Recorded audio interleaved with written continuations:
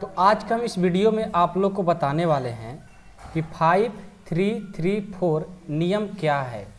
जो हमारे नई शिक्षा नीति आया है अब वो शुरू हो गई है हमारे इंडिया में। जो अब हमारा बोर्ड परीक्षा जो था सभी राज्यों में क्या हो गया, बंद हो गया। तो इसी के बारे में हम आज बात करेंगे और आपको समझाएंगे भी कि 5334 5 3 3 4 ये जो नियम आया है बहुत सारे लोग को नहीं समझ में आता है, तो हम आपको बहुत ही सरल भाषा में समझाने की कोशिश करेंगे कि 5 3 3 4 नियम क्या है और किस किस क्लास का बोर्ड परीक्षा बंद होने वाला है। सारे चीज़ हम इस वीडियो में बात करने वाले हैं। ठीक है, तो चलिए हम वीडियो को स्टार्ट करेंगे। तो सबसे पहले हम देखेंगे कि जो हमारा 10वीं बोर्ड जो था अब हमारा ख़त्म हो गया। अब 10वां का जो एग्ज़ाम हो रहा था बोर्ड एग्ज़ाम अब वो क्या हो गया, ख़त्म।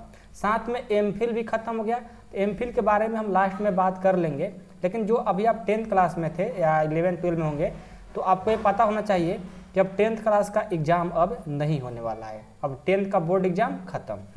अब हम जानेंगे कि किसका किसका एग्ज़ाम होगा। ये भी जानना तो जरूरी है ना कि किस किस चीज़ का एग्ज़ाम होगा हमारा। साथ में ये भी जानेंगे जो अभी बताया कि 5334 नियम क्या है। तो इस वीडियो में हम पूरा अच्छे से आप लोग को समझाने की कोशिश करेंगे। सबसे पहले 5, उसके बाद 3, उसके बाद 3, उसके बाद 4, ये सारे नियम के बारे में चर्चा करते हैं। आप जानते हैं कि हमारा जो इंडिया में 34 साल बाद ये बदलाव हुआ है। ये याद रखिए, 34 साल बाद ये न्यू शिक्षा नीति में मतलब बदलाव हुआ है। तो सबसे पहले देखिए जो 5 है ना, 5, आइए हम आपको पहले यहाँ चलते हैं। जो हमारा 5 है, 5 ये 5 क्या है। तो 5 ईयर्स जो कहा गया है इसको फंडामेंटल के रूप में रखा गया है कि 5 ईयर्स फंडामेंटल में क्या आएगा, देखिए नर्सरी में वो बच्चा का एडमिशन होगा जो 4 साल का हो जाएगा। यानी जो बच्चा 4 ईयर का हो जाएगा उसको नर्सरी में एडमिशन कराया जाएगा। जो 5 साल का हो जाएगा, 5 साल का, उसको झारखंड नहीं जूनियर केजी में। ठीक है, जो 5 ईयर्स का स्टूडेंट हो जाएगा उसको जूनियर केजी में एडमिशन होगा। जो 6 ईयर का हो जाएगा वो सीनियर केजी में। और 7 ईयर्स के जो हो जाएगा 7 साल का उसको फर्स्ट क्लास पहला क्लास में एडमिशन करा सकता है। साथ में 8 वर्ष का जो हो जाएगा उसको सेकेंड क्लास में। ठीक है, ये देखिए जो 4 year 5 year 6 year 7 years 8 years जो है, यदि आपका बच्चा 4 साल का हो गया है तो आप नर्सरी में एडमिशन कराइए। यदि 5 साल का है तो जूनियर केजी, यदि 6 साल का है सीनियर केजी, यदि 7 साल का है तो फर्स्ट क्लास में रहेगा और 8 साल का हो जाएगा तो सेकेंड क्लास में हो जाएगा। ये तो मतलब फंडामेंटल है 5 ईयर्स का बच्चों के लिए, ये बहुत ही इजी है, कोई ज़्यादा बड़ी चीज़ नहीं है। अभी जो अगला नियम है जो 3 ये बहुत इंपॉर्टेंट है, इसको ध्यान से समझना होगा। ठीक है, तो 5 साल का 8 ईयर्स का बच्चा सेकेंड क्लास में चला जाएगा। अब इसके बाद जो आता है 3 ईयर्स प्रिपरेटरी, ये देखिए बहुत ही अच्छा रूल है। जब आपका बच्चा 9 यानी 9 वर्ष का हो जाएगा तो तीसरा क्लास में जाएगा, और 10 साल का हो जाएगा तो चौथा क्लास में, 11 साल का हो जाएगा तो 5वां क्लास में। तो 5 को फंडामेंटल और 3 को प्रिपरेटरी में रखा गया है। ठीक है, लेकिन सबसे जो इम्पोर्टेंट है ये वाला इम्पोर्टेंट है। इसको देखिए क्या बोलेंगे हम, 3 ईयर्स मिडिल। क्या बोलेंगे, 3 ईयर्स मिडिल। अब ये 3 ईयर्स मिडिल क्या है, देखिए जब आपका बच्चा 12 ईयर्स का हो जाएगा तो 6 क्लास में जाएगा। जो स्टूडेंट 13 साल का हो जाएगा वो 7 क्लास में जाएगा, और जो 14 साल का हो जाएगा वो 8वां क्लास में जाएगा। और साथ में सरकार ये बहुत ही अच्छा रूल लाया है कि जो 6, 7, 8 क्लास में जो बच्चे हैं उनको अलग से बहुत सारा सुविधा देगा। सुविधा क्या देगा, देखिए यदि आप 6, 7, 8 में हैं तो आपको अलग से कुछ सीखने के लिए आपको अलग अलग चीज़ सिखाया जाएगा। जैसे हो गया आपको सिखाने के लिए, आप बहुत माहिर हैं पेंटिंग करने में, पेंटर हैं, या कुछ आर्टिस्ट बनना चाहते हैं, कुछ और करना चाहते हैं, तो उसके लिए भी आपको अलग से क्लास मिलेगी। पूरा सरकार इस पर खर्च करेगी कि आप में क्या टैलेंट है, उस टैलेंट को निखारिए, ताकि 9-10 क्लास में जाते जाते आप अपने टैलेंट से भी पैसा कमा सकते हैं। ठीक है, ऐसा नहीं कि सिर्फ आप सरकारी नौकरी करके ही पैसा कमाएंगे। सरकार आपको सरकारी नौकरी पर डिपेंड नहीं रखना चाहती है। सरकार ये सोचती है कि आप में कुछ टैलेंट हो और अपने टैलेंट के बदौलत सरकारी नौकरी से भी ज़्यादा कमाए, तो काम 6, 7, 8 में ही सरकार कराना स्टार्ट कर देगी। आप में जो टैलेंट है पढ़ाई के साथ साथ अलग से करिए, ताकि आगे 2-3 साल बाद आपको का टैलेंट निखर के आए और आप बिना सरकारी नौकरी के भी पैसा कमा सके। तो ये 3 इयर्स मिडिल में ये रखा गया है, एक तरफ से अच्छा भी है, ठीक है।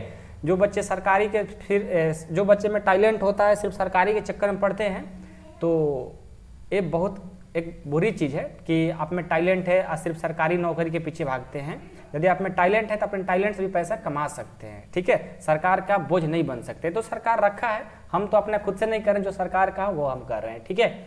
उसके बाद आता है 4 ईयर सेकेंडरी, ये बहुत इंपॉर्टेंट। जब आप 15 साल के हो जाएंगे तो 9th क्लास में आप जाइएगा, जब 16 साल के होंगे 10वां क्लास में, जब 17 साल के हो जाएंगे तो 11th क्लास में, जब 18 साल का हो जाएंगे तो 12th क्लास में। अब बात आती है कि पहले जो था 10th क्लास का बोर्ड एग्जाम होता था, 10th क्लास का बोर्ड एग्जाम होता था, अब वो क्या हो गया, एंड, मतलब अब आपका बोर्ड एग्जाम, सरकार न्यू नीति में यही कहा है कि अब एग्जाम नहीं होगा, ठीक है। तो इसको आप ध्यान से रखिएगा कि 10th क्लास में जो अब जाएंगे, अब उन लोग का क्या होगा, एग्जाम नहीं होने वाला है। 12 में जाएंगे, आपका 12 का डायरेक्ट बोर्ड एग्जाम होगा। अब आप कहेंगे कि सर आप ये हमें बता दो कि हम 9th 3 में, 4 में, 5 में, 6 में, साथ में हम 6, 7, 8 में, 9 में, 11 में पहले जो स्कूल में एग्जाम होता था वो भी नहीं होगा क्या, वो होगा। आपको 3 मंथ या 4 मंथ पर जो स्कूल में पहले एग्जाम होता था उसी तरह से 6, 7, 8 में भी होगा, 4 मंथ पर, 9 में भी, 10th में भी सेम उसी तरह से जैसे 9th में होता है उसी तरह 10th में भी होगा और 11th में भी वैसा ही होगा। जो आप 10th में बोर्ड एग्जाम देते थे, जैसे 12 में बोर्ड एग्जाम देते हैं, तो सिर्फ बोर्ड वाला 12 वाला बोर्ड रहेगा, 10th को हटा दिया गया है। बाकी क्लास में जो आपकी क्लास में 4 मंथ पर होता है एनुअल एग्जाम, वो एग्जाम आपका होगा, ठीक है। सिर्फ आपको 12 में बोर्ड एग्जाम अब देने की बात हो रही है। देखो सरकार कब से पास कर दे रही है, मालूम चल रहा है कि इसी साल से ये लागू हो गया है। अब देखो क्या होता है क्या नहीं, आगे समय आएगा तो आपको जरूर बताने की हम कोशिश करेंगे जरूर, ठीक है। तो ये था ये रूल। अब देखिए, अब आ जाइए, आपको हम इसमें कुछ खास बातें बताएंगे जो इम्पोर्टेंट बातें हैं जो कि आपको ध्यान में रखना चाहिए। जैसे इम्पोर्टेंट बातें हैं कि कॉलेज की डिग्री 4 साल की होगी। पहले क्या था कि जैसे आप 12 पास करते थे तो बीएससी करना पड़ता था, एमएससी करना पड़ता था। और साथ में देखिए एक और हम मिस्टेक कर रहे हैं, आप लोग को हम बताना भूल गए, वो आपको हम बता देना चाहते हैं, ठीक है।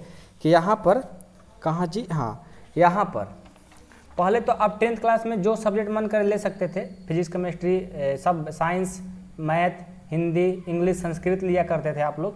लेकिन अब जानते हैं क्या हो गया, 11-12 में ये चीज़ हटा दिया गया है। जैसे एक होता है IAC, एक होता है क्या बोलते हैं IAC आर्ट्स, और एक बोलता है कॉमर्स। ये 3 चीज़ होता था, अब इसको हटा दिया गया है। अब आपको जो मन करे सो ले सकते हो। यदि आप IAC कर रहे हैं तो पहले फिजिक्स, केमिस्ट्री, मैथ और इंग्लिश और हिंदी लेकर आप ले सकते थे IAC। लेकिन अब मन है यदि आप हिंदी ना लेकर के आप हिस्ट्री लेना चाहते हैं तो हिस्ट्री ले सकते हैं। आप मान लो कॉमर्स क्या बोलते हैं, आर्ट्स लिए हो, आर्ट्स लिए हो, सोच रहे हो कि मैथ पढ़ें, अब मैथ भी पढ़ सकते हो। ये चीज़ एक बहुत ही बढ़िया चीज़ किया गया है सरकार ने द्वारा न्यू शिक्षा नीति में, कि आपको जो सब्जेक्ट मन करे वो आप साथ में लेकर पढ़ सकते हो। ये IAC आर्ट्स और कॉमर्स को हटा दिया गया। अब आपको जो मन करे सो सब्जेक्ट ले सकते हो। आप क्या बनना चाहते हो, वो बनने के लिए क्या क्या सब्जेक्ट चाहिए वो आप कर सकते हो, वो सब्जेक्ट ले सकते हो। पहले फिक्स था कि आप यही करेंगे तो आपके IAC होगा, यही करेंगे तो आर्ट्स होगा, यही करेंगे तो कॉमर्स होगा। लेकिन अब कुछ नहीं, आपका जो मन करता है जो करिए। लेकिन हाँ, जिस चीज़ में जाना चाहते हैं, अब मान लीजिए आप इंजीनियर बनना चाहते हैं तो हिस्ट्री छोड़ लेंगे, आपको मैथ, फिजिक्स, केमिस्ट्री लेना होगा तभी इंजीनियर बन पाएंगे, ये बात होता है, ठीक है। लेकिन हाँ, आपको जो चीज़ में जाना चाहते हैं कोई भी सब्जेक्ट मिला जुला कर आप ले सकते हैं, कोई दिक्कत नहीं है। अब IAC या कॉमर्स, आर्ट्स की बदलौत जो बातें थी वो सब खत्म हो गई, ठीक है। अब देखिए इंपॉर्टेंट बात बता रहे थे आपको, 12 के बाद क्या होता था, BSc, BSc, MSc सब होता था ना। तो कॉलेज की जो डिग्री है अब वो 4 साल की हो गई। पहले कितना थी, BSc 3 साल के, अब 4 साल में क्या हो, देखिए ये भी याद रखिए कि 10वीं बोर्ड खत्म हो गया और MPhil भी खत्म हो गया। 1 से 5वीं तक मातृभाषा जरूरी है। देखिए जो हमने आपको बताया कि 1 से 5 तक, जो बच्चा 1 से 5 तक फर्स्ट क्लास से लेकर के फर्स्ट क्लास से लेकर के कहाँ तक, फर्स्ट क्लास से लेकर के आपको यहाँ 5 क्लास तक जो बच्चा को मान लीजिए कि आप बिलोंग करते हैं मगही से, भोजपुरी से, या जो भी महाराष्ट्र भाषा, जो भी आप जानते हैं, जो भाषा आपके मातृभाषा है, जो आपके गांव घर में बोला जाता है, 1 से 5वां क्लास तक बच्चे को पढ़ाया जाएगा। साथ में अपना अदर जो सब्जेक्ट पढ़ना है वो पढ़ेगा ही पढ़ेगा, लेकिन ये नेसेसरी है, जरूरी है। मातृभाषा जानना बहुत जरूरी है। भोजपुरी आता है तो भोजपुरी आपको जानना जरूरी है। 9वीं से 12वीं तक सेमेस्टर में परीक्षा होगी, जैसे पहले होता था उस तरह से परीक्षा होगी। 12वीं तो बोर्ड होगा, 9वीं से 11वीं तक, ठीक है। वही कॉलेज में डिग्री 3 और 4 साल की होगी, 2 साल की डिप्लोमा। देखिए वही डिग्री जो था पहले 3 साल का होता था, पहले 3 साल का और 4 साल के भी, अब 3 साल भी और 4 साल का भी होगी।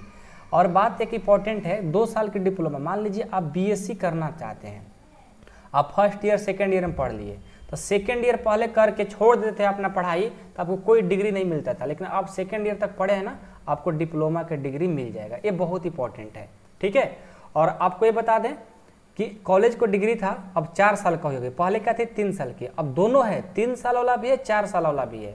अब 3 साल वाला करेंगे तब बीएससी कहलाएंगे, 4 साल वाला करेंगे आपको अब एमफिल जो करना पड़ता था वो आपको करने की जरूरत नहीं है, आप डायरेक्ट इसको पीएचडी कर लेंगे। एमफिल जो था आपको करना पड़ता था पहले, तब आप पीएचडी करते थे, लेकिन अब बिना एमफिल के भी पीएचडी कर सकते हैं, ठीक है। तो ये सब इंपॉर्टेंट बातें थी जो कि आपको बताने की हमने कोशिश किया। आई होप कि आप लोग को समझ में आ गया होगा कि 5334 नियम क्या है। हम उतना बताने की अच्छा से कोशिश किए हैं ताकि आपको कुछ समझ में आ जाए। यदि आप और अच्छे ढंग से जानना चाहते हैं तो आप कमेंट बॉक्स में कमेंट करके सर एक और पार्ट बनाइए जो कि और अच्छे ढंग से बताइए कि हम यदि इंजीनियर बनना चाहते हैं तो कौन कौन सब्जेक्ट लें, यदि हम डॉक्टर बनना चाहते हैं तो कौन ले, एयरफोर्स नेवी में जाना चाहते हैं कौन सब्जेक्ट ले, तो आपको भी हम वीडियो बनाने की जरूर कोशिश करेंगे। यदि चाहिए तो कमेंट बॉक्स में कमेंट करिएगा। आई होप कि आप लोगों को समझ में आया होगा सारी बातें। यदि चैनल पर नए आए होंगे तो सब्सक्राइब कर लीजिएगा और अपने दोस्तों में भी जरूर से इसको शेयर करिएगा। मिलते हैं अगले वीडियो में, तब तक के लिए जय हिंद।